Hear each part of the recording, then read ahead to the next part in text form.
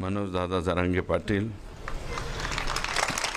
माननीय दीपक भाई केदार, विकास पाथरीकर, शिवराज भुमरे, सचिन घायाळ, अनिल पटेल साहेब, माजी मंत्री या ठिकाणी बसलेले, काजी कलीमुल्ला, देशमुख कुटण, श्री लक्ष्मण रावटे, तालुका अध्यक्ष सूरज लोळगे, विनोद तांबे, माझे मित्र भाऊसाहेबराव काळे आणि स्टेजवरील इतर मंडळी, तसेच संतोष देशमुख यांचे जे कुटुंबीय इथं आलेले आहेत ते सर्व कुटुंबीय.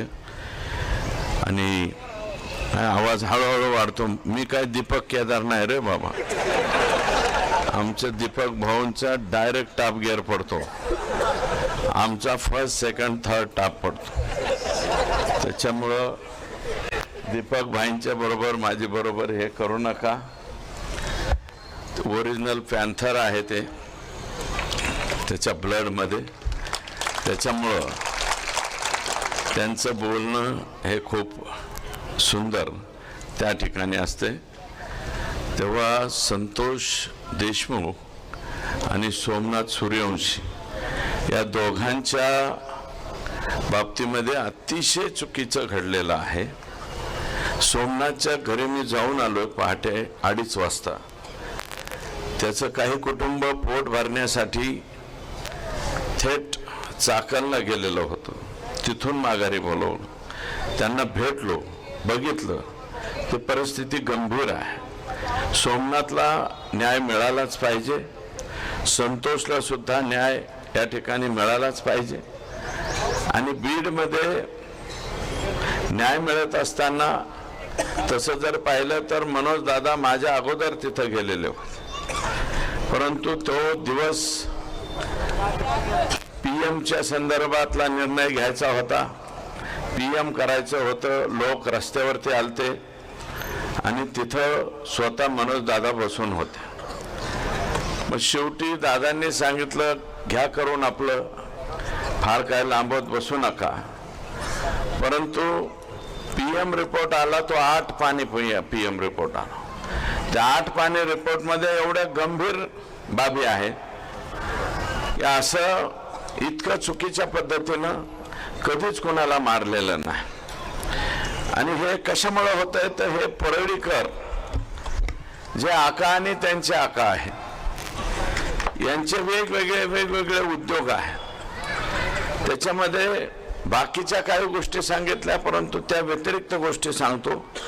परळीतील इराणी समाजाचे काही लोक आहेत, हे या दोघांच्या जीवावर गांजा, चरस, देशी विदेशी रिव्हॉल्वर विक्री करतात.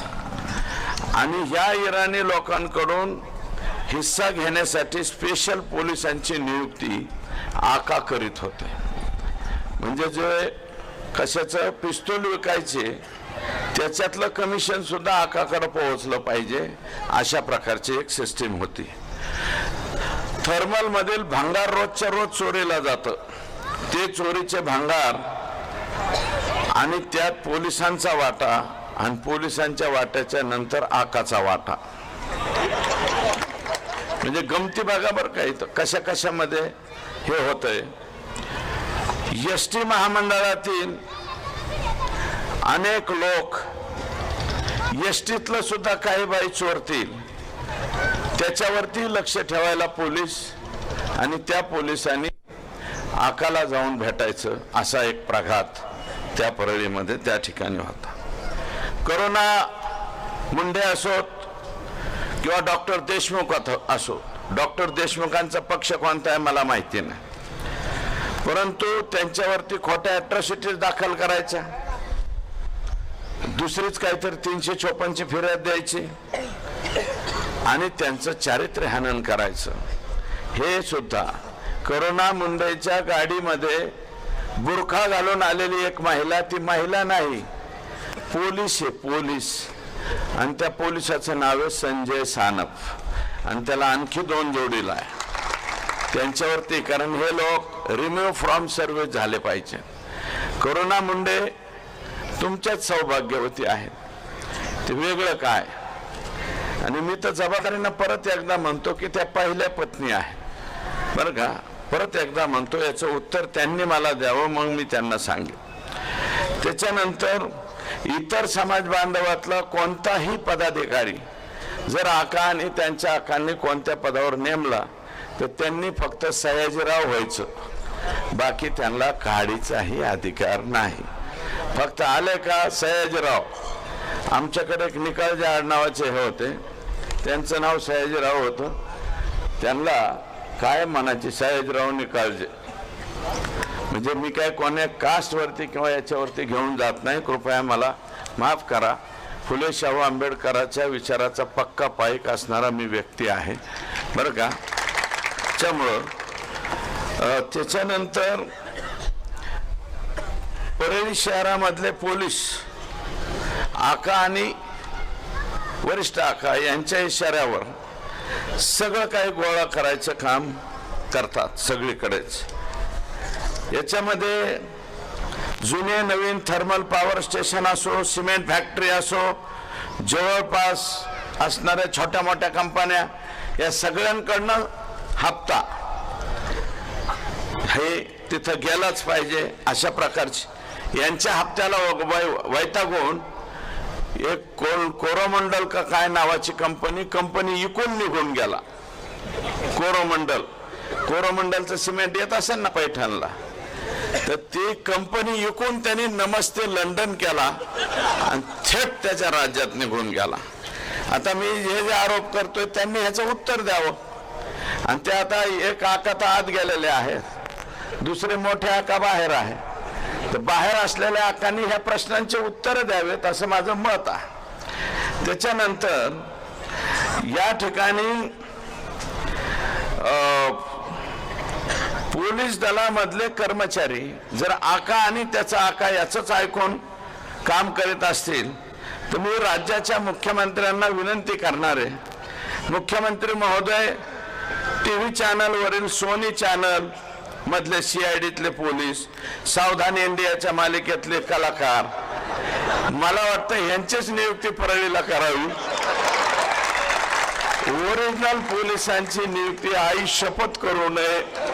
संत एकनाथाच्या ह्या नगरीमध्ये मी बोलतोय, ज्ञानेश्वराचा जिथे जन्म झाला त्या भूमीमध्ये मी बोलतोय. ज्या माणसानं आम्हाला शांती शिकवली त्या ज्ञानेश्वराच्या भूमीमध्ये बोलतोय, संत एकनाथाच्या भूमीमध्ये. 100% मी लेखी पत्र देणारे मुख्यमंत्र्यांना सोनी चॅनलवरची CID आणि सावधान इंडियाच्या मालिकेतले कलाकार. म्हणजे बाकी कशाला बघ, हे सदरक्षण आहे, खलनिग्रहण आहे. सत्यमेव जयतेच्या ऐवजी असत्यमेव जयते असं नाव तिथं टाकलं पाहिजे परळीला, अशी एकंदरीत परिस्थिती आहे. बरं, हे जे छोटे आका आहेत यांना 2/2/2022ला EDची नोटीस आलेली आहे. EDच्या नोटिसीची तारीख सुद्धा मी काढून आणली. एन्फोर्समेंट डायरेक्टरी दिल्लीची नोटीस आली. ती का नोटीस आली? आणि आकानी माल बी काय कमी नाही जमावला राव. शिमरी पारगाव तालुका माजलगाव सुदाम बापूराव नरवडे या व्यक्तीच्या नावावर 50 एकर जमीन. बर का, हे दत्ता इकडे ये रे बाबा, हे गबाळ सांभाळायला जाऊ नाही कुठं. मौजे सेंद्री तालुका बार्शी ज्योती मंगल जाधव यांच्या नावावर जवळपास 50 एकर जमीन आहे तिथं सेंद्री बार्शी तालुक्यामध्ये. शिमरी पारगाव मनीषा सुदाम नरोडे परत 10-12 एकर जमीन आहे. शिमरी पारगाव तालुका माजलगाव योगेश सुदाम काकडे हे यांचे वॉचमन का काहीतरी आहे, यांच्या नावावर 15 ते 20 एकर जमीन आहे. ज्योती मंगल जाधव दिघोळा 10 का 15 एकर जमीन आहे. तर 7 दुने 14, 15 एकर जमीन. खातेदार ज्योती मंगल जाधव दिघोळ तालुका जामखेड. अशा पद्धतीच्या. दुसरा असले सुशील पाटील बिल्डर आहे आणि वैशाली हॉटेल आहे ना पुण्याला गेल्यावर आपलं, एफसी रोड म्हणतो ना आपण, जंगली महाराज रोडच्या नंतरचं FC Maharaj, FC road. FC रोडला वैशाली हॉटेल आहे. वैशाली हॉटेलच्या पलीकड सुशील पाटील बिल्डर आणि छाजेड त्याच्यात पार्टनरशिप आहेत. तिथं एक शॉप असं काढताय, 7 शॉप आकानी बुक केलेत. 7. एका शॉपची किंमत आहे 5 कोटी रुपये. एका शॉपची किंमत आहे 5 कोटी रुपये. आणि त्या शॉपचे नंबर सुद्धा मी आणलेत. 601, 602, 603, 604, 605, 606, 607 आणि 608 वाय विष्णू चाटे ची बहीण सोनवणे यांच्या नावावर.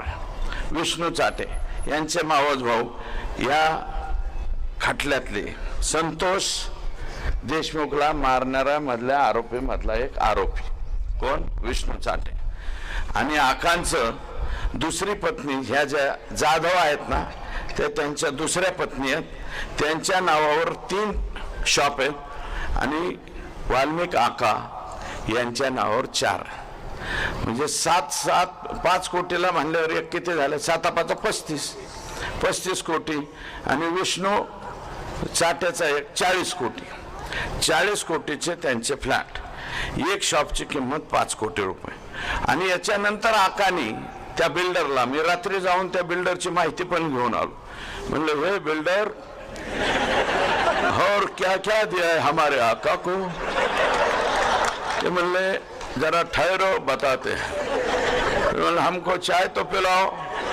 वो बोले पिलाते. म्हणलं, हम शाम को चायच पीते तो चायच पिलाओ, दुसरा काय मत पिलाओ.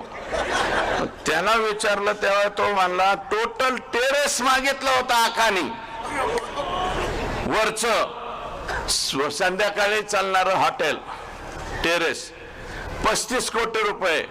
तरी आमचा आका म्हणला होता 35 देतो, देऊन टाक. पण तो छाजेड आणि पाटील म्हणले, आम्हाला नाही द्यायचं. म्हणून वाचलं, आकाच्या तावडीतून वाचलं. ॲमिनोरा पार्क, अँड्रोना टावर, मगरपट्टा, हडपसर इथं एक फ्लॅटची किंमत आहे 15 करोड रुपये, 15 कोटी. आणि 15 कोटी रुपयाचे त्यांनी टोटल फ्लॉवरच घेतला. म्हणजे फ्लॉवर, एकच फ्लोअर घेतला अख्खा. आणि तो फ्लोअर कोणाच्या नावावर आहे? वाल्मिक अण्णाच्या ड्रायव्हरच्या नावावर आहे. ड्रायव्हर. आणि ड्रायव्हर कडून भाड्याने राहायचे अग्रीमेंट सुद्धा करून घेतले. आणि त्याची किंमत होती 75 कोटी रुपये. ह्या 2 चौकशातच वाल्मिक अण्णा 100 कोटीच्या पुढे गेले. म्हणजे ईडीच्या दरबारात गेले. ईडीच्या दरबारात 100 कोटीच्या पुढे गेलं की लगेच माणूस जातं. अशी एकंदरीत माहिती ही माझ्याकडे आलेली. सुदर्शन घुले आणि ही मंडळी, नको मला झालं, हा, हे गोरख दळवी, अनिल आप्पा दळवी मावळ प्रांतामध्ये, जसं छत्रपती शिवाजी महाराजांनी सगळ्या प्रांतामध्ये आपले माणसं ठेवले होते, मावळ प्रांतामध्ये हे आकांनी गोरख दळवी आणि अनिल आप्पा दळवी हे बापलेख ठेवलेले आहेत. कुठं काही विकायला सापडलं की येऊन द्याच म्हणते, शिल्लक ठेवायचं नाही. म्हणजे एखाद्या वेळेस अंबानींना सुद्धा मागे टाकतात का काय, अशी कधी कधी माझ्या मनात. कृष्णा शेंडगे, हरिभाऊ इंगळे, सुदर्शन घुले, सोमा घुले, चंद्रकांत ज्ञानेश्वर घुले, ट्रॅक्टर चोरी करणारी टोळी, ही ट्रॅक्टर चोरी करणारी, याला संपूर्ण साथ. ट्रैक्टर चोरी करो, चंदन चोरी करो, किसको भी बधारो, किसको भी मारो, आका तुम्हारे साथ.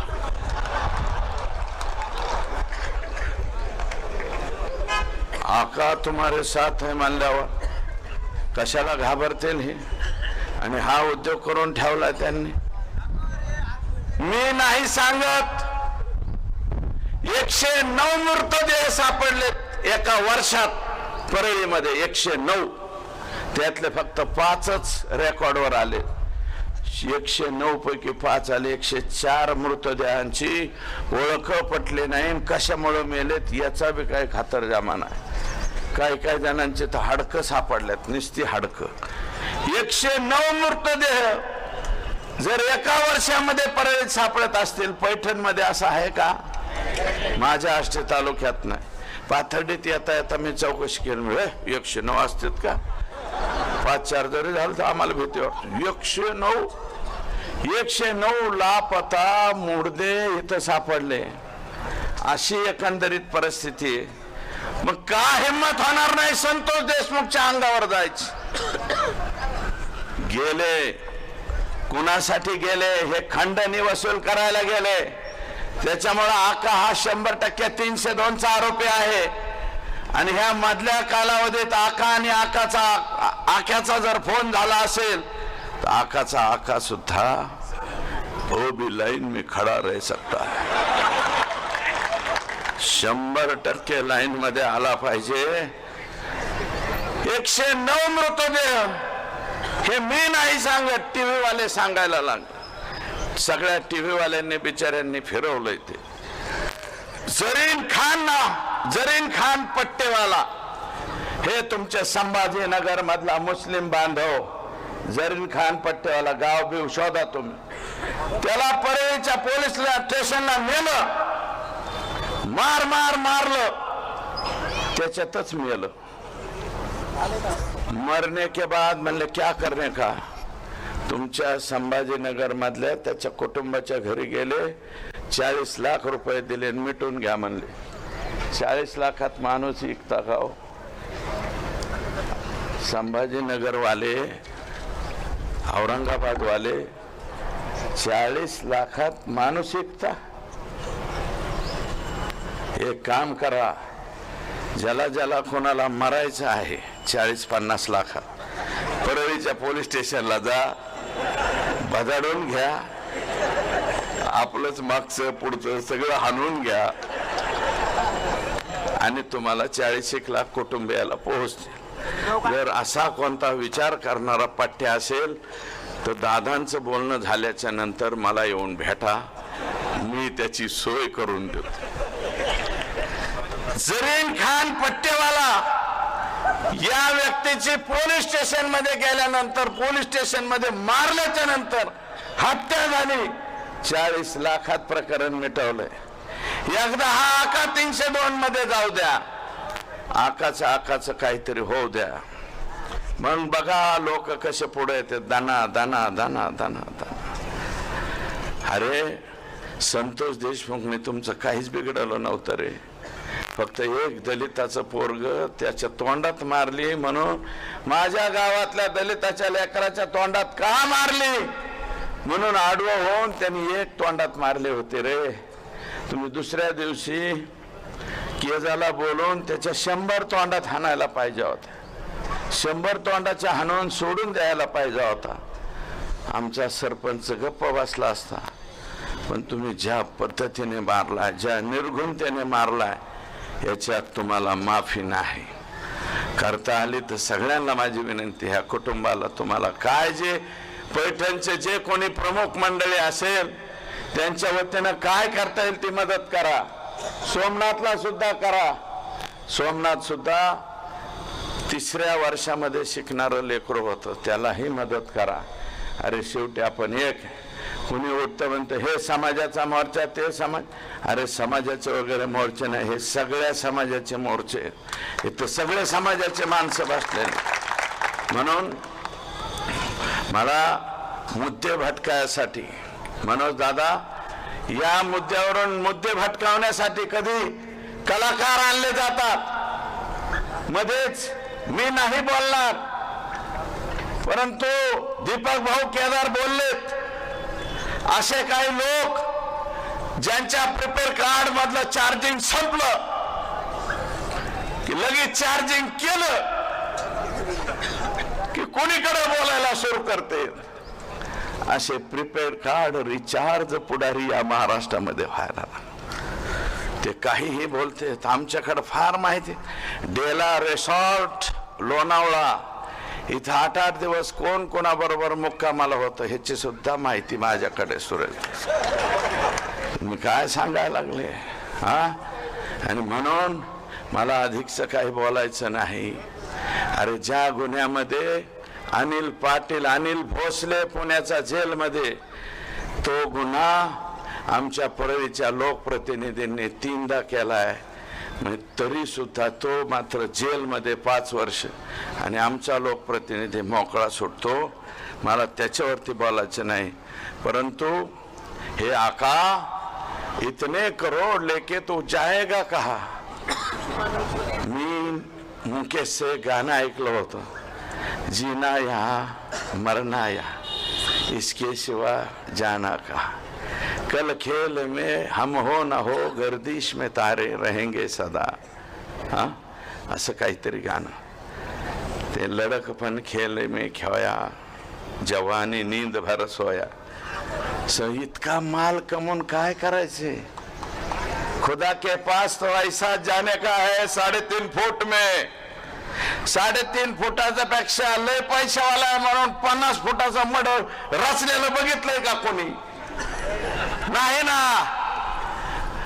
अरे 5,000 कोटीची प्रॉपर्टी असणाऱ्याला सुद्धा 3.5 फुटातच जावं लागतंय. आणि आमचं गरीब रोज हातावर पोट आहे त्याला सुद्धा 3.5 फुटातच घाल. आका तुला एवढं कमवायची गरज काय होती रे. आणि एवढं करून आमचं लेकरू मारलं का तू. कशासाठी मारलं. ज्या पद्धतीने मारलंय. व्हिडिओ शूटिंग काढली, पाणी मागितलं तर दुसरंच काहीतरी तोंडात टाकलंय. हे इतकं बेकार पद्धतीने तुम्ही मारलंय. तितक्याच बेकार पद्धतीने जल्लाद ज्यावेळेस तुम्हाला फाशी देईल त्यावेळेसचा तुमचा चेहरा आम्हाला बघायचा. हे नम्रपणे या ठिकाणी सांगतो.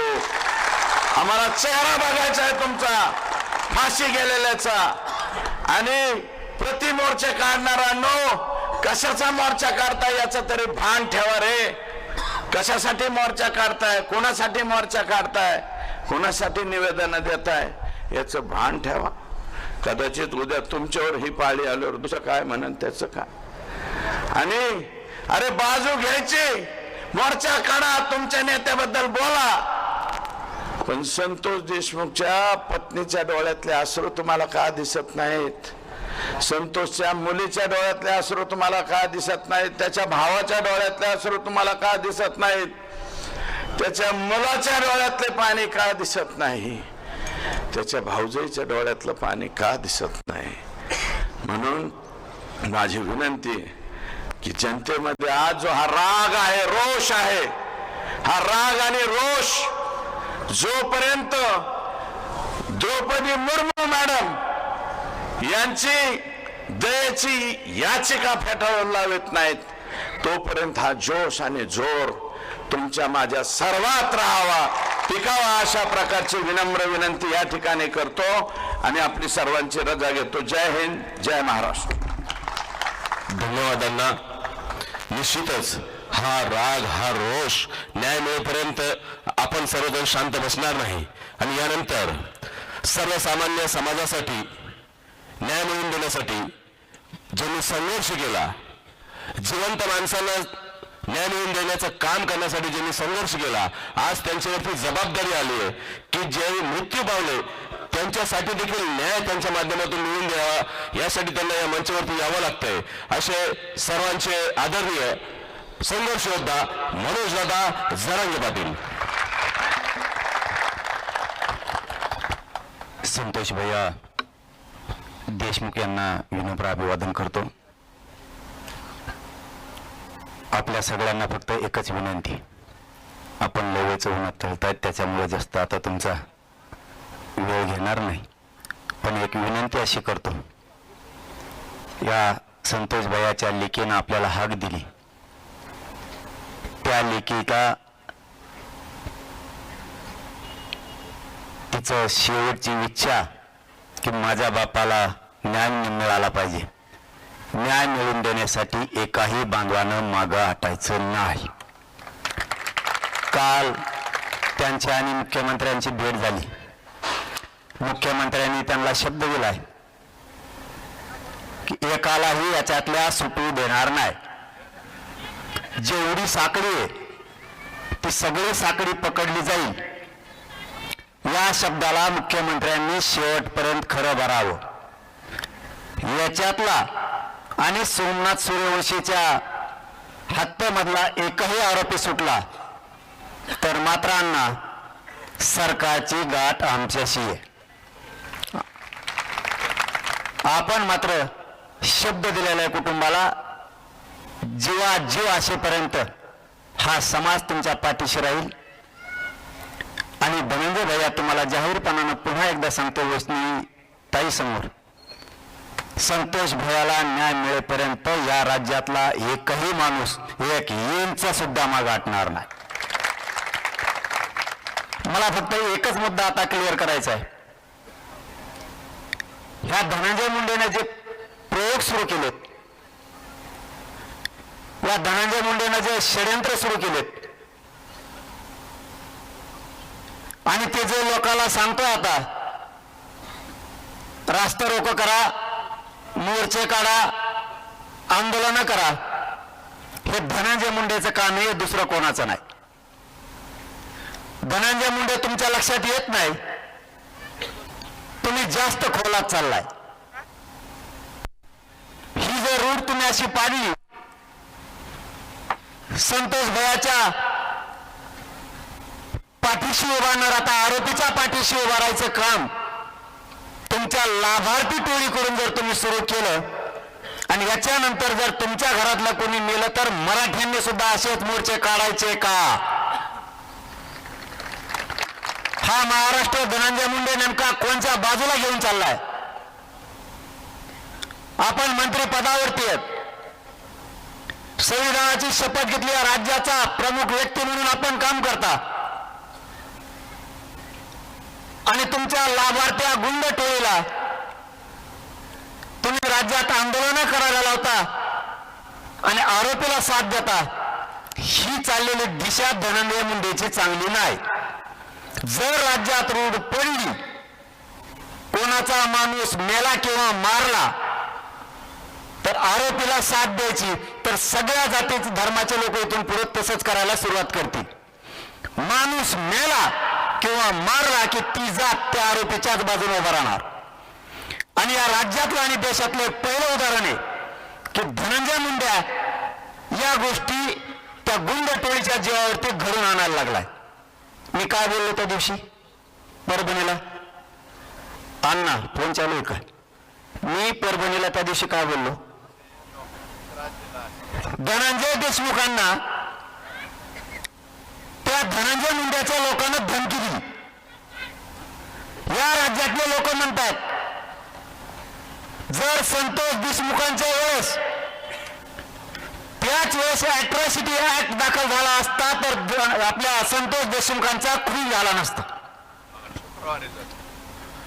जर तो गुन्हा दाखल करून घेतला असता तर संतोष भैया देशमुखांचा खून झाला नसता. तसंच पुढे आम्ही सुद्धा डोक्यात आणलं, जर पोलीस स्टेशन मध्ये आरेरावी धनंजय देशमुखांना त्या धनंजय मुंडेचे लोक धमकी द्यायला लागली आणि आपण जर बोललो नाही तर तसाच जर हा खून झाला तर लोक म्हणतील वेळीच जनतेने सावध व्हायला पाहिजे होतं. तुम्ही धनंजय देशमुखांना धमकी देता, गुंडाला बोलायचं नाही, गुंडाला बोलायचं नाही. काय चूक केली? वंजाऱ्याला धमकी दिली का? कुठल्या धनगराला, दलित मुस्लिमाला, मायक्रो ओबीसीला? अरे धनंजय मुंडे आमच्या रक्तात नाही येते, आमचे रक्त पवित्र आहेत, आम्ही नाही जातीवाद करत. आतापर्यंत एकाही जातीला दुखवलं नाही. होय, नेत्याला मी सोडत नाही, सोडणार सुद्धा नाही. जातीवाद हे आम्हाला शिवत नाही. तुझं पाप झाकण्यासाठी आता ओबीसीचा आसरा घ्यायला लागलाय धनंजय मुंडे. तुझं पाप झाकायसाठी ओबीसीचा आसरा घेणार आणि पांघरून घेतोय की ओबीसीवर अन्याय होतोय. ओबीसीचा काय संबंध त्याच्यात? खून करणार तुम्ही, पापी बांधणार तुम्ही आणि याच्यात ओबीसीला ओढणार. आम्ही कुठल्याही जातीला बोललेलो नाही आणि कधी बोलणार सुद्धा नाहीत, पण गुंडाला सोडणार नाहीत. माझ्यावर किती केसेस केल्या, आता केसेसचा सपाटा उठवलाय माझ्यावर. पहिलेच तुमच्या मुख्यमंत्र्यांनी माझ्यावर व्यवस्थित लावली, त्याला भय नाही, मी तर केसेला पिसेल पेत असतो. असं 1,000 केसेस केल्या ना, संतोष भैयाना न्याय देण्यासाठी माझ्यावर 1,000 केस झाल्या तरी मनोज जरांगे मागे सरकणार नाही. गोरगरीब मराठ्यांच्या लेकराला आरक्षणातून न्याय देण्यासाठी माझ्या विरोधात कितीही शेंडाच्या टोळ्या उभा राहिल्या आणि गुंडाच्या टोळ्या उभा राहिल्या, तो धनंजय मुंडे मनोज जरांगे हटत नाही. काय केस तुला काय करायची ती? गोरगरीब मराठ्यावर अन्याय झालेला मी सहन नाही करू शकत. मी न्यायासाठी लढणार आहे, पण मी जातीवाद करत नाही. तुझी लाभार्थी टोळी आणखीन तरी धनंजय मुंडे तिला थांबव. तू खोलात चाललाय, तू फसत चाललाय, तू फसणार आहे. आता तू मला खेटलाय, आता बघतो तू उभी. तो इतके मॅटर येतं परळीपासून मुंबईपर्यंत. पठ्ठ्या 25 तारखेचं उपोषण होऊन दे, तुला कचकच दाखवतो. आता मनोज जरांगे कसं तो आहे मागा लागतो, माया नादाला लागतो. मी त्यांच्यावर त्यांना अर्ध ध्यानात राहिलं, मी अर्धा गेलेलोच. मी बी काय सुईचा नाही. मी 25 दिवसात त्या धन्या मुंड्याचं नाव घेतलं का? तोंड सुद्धा नाव घेतलं नाही तुझ्यासारखं नासक्याचं. आम्ही आम्हाला ओरिजिनल लोक लागते त्याचं नाव घेतो आम्ही. असल्या कसल्या माजुरड्याचं नाव नाही घेत आम्ही. आणि तुम्हाला वाटतं तुम्ही लाडमुठेत, अरे मराठी लाडमुठेत लय जायलेत मग मागा लागल्यावर. तू काय याचं कोणत्या झाडचं का पाला आहे, पण आम्हाला हे राज्य शांत ठेवायचं, इथं कायदा सुव्यवस्था बिघडू द्यायची नाही. गुंडाला बी बोलायचं नाही का? त्याच्या गुंडानं धनंजय देशमुखाला धमकी दिली म्हणून त्या गुंडाबद्दल आम्ही बोललो, आणि तुम्ही म्हणता आमच्या जातीला बोललो. तुमच्या जातीचा काय संबंध त्याच्याशी? आरोपी तो आरोपी. मी एकदा उपोषण 25 तारखेचं संपलं की माझ्याकडे जे जे गाबाळ येईल, मी बी तुमच्यासारखा एक माणूस सांभाळत होतो गाबाळ. आता तुमच्याकडे एक माणूस गाबाळ सांभाळायला पट्ट्याकडे लय मोठं आणून द्यायला लागलेत. इंग्लिश सोडून देतो, मराठी धरतो. याचा भुकटा तो मी आता तो नादी लागलाच ना, नसतं थोपडर नाव घेतलं नाही राव. मी 20-25 दिवस झालं तू मंत्री होय, आमदार होय, सरपंच होय, नाही तिकडे वाड्याने हिंड. मला घेणं काय तो? आणि तू कोणता तीर माऱ्या लागून गेला? मी मोजत असतो का तो सारख्याला? तू कोण तीर माऱ्या लागून गेला? तो नावच घेतलं नाही तरी म्हणतोय. ते कसले बदगी उठित किरळ लागलेली शिळीचे शेपट, आणि ते बोलते हे असं करतो तसा करतो. अरे मी किती किलोचा आहे त्यांना विचार. कसा फेसकूट पाडा होता त्यांचा, दोन्ही हाताने पुछत होती, इतकाल्या जिप्पा बाहेर पाडला होता. काय सांगू तू? काय बोलावं? आम्ही तुमच्या जातीविषयी आदर सन्मान करतो आणि तुम्ही विकत भांडणं घेता. काही कारण नसताना धनंजय देशमुखांनी त्या धमकीचं नारे रावीचं कळलं माहीत तळपायाच्या मस्तकात गेली. 25 ते 26 दिवसानंतरच मी नाव घेतलं. तोपर्यंत नाही तरी वरचर उठितोय. 10 पाट टोळी धरून आणतो. ते लाभार्थी कुणाचा इमा खाल्ला असन, अहो काही कागद आणला काय त्याचा? 25च्या नंतर तवर त्यांच्या गर्दी. ह्या धनंजय मुंडेंनी टोळ्या सुरू केल्यात. लाभार्थी पीक विमा खाणाऱ्या, राख खाणाऱ्या, गावऱ्या खाणाऱ्या, डोंगर खातेत, दगड खातेत, गोटे खातेत, संडास बाथरूम खाल्ले का काय नु, ह्या सगळ्या टोळ्या आणल्यात भंगार. आणि एवढी पत होती या जातीची, यांच्या समाजाची, पुरी पत घातली या नासक्या 5-50 लोकांनी. या टोळका आहे ना, त्यांच्या जातीची पुरी पत घातली. तरी या धनंजय मुंड्याला आणखीनच सुधारणा की आपण कोणामुळे फसायला लागलो. त्यांचीच पाठराखण करतोय आणि आपल्या विरोधात टोळ्या उठवतोय, लाभार्थी टोळ्या. प्रत्येकाचं काही ना काहीतरी घडलेलं असतं. आता तू आम्हाला खेटलाय, मग गुन्हे दाखल करायला लावतो. देशमुखांच्या त्या धनंजय भैयाच्या पाठीमागं तुझ्या गुंड लावतो. बघू 25च्या नंतर. तू कुठं जात नाही, मी बी कुठं जात नाही. आणि बेत पेत नसतो मी धनंजय मुंडे.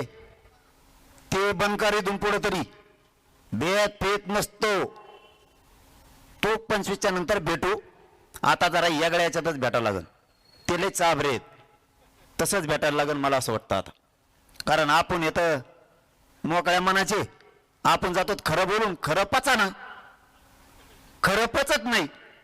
यांना खरं पचायलाच तयार नाही, हे खरे हकीकत मान्यच करायला तयार नाहीत. आता 25 तारखेपर्यंत शांत राहतो.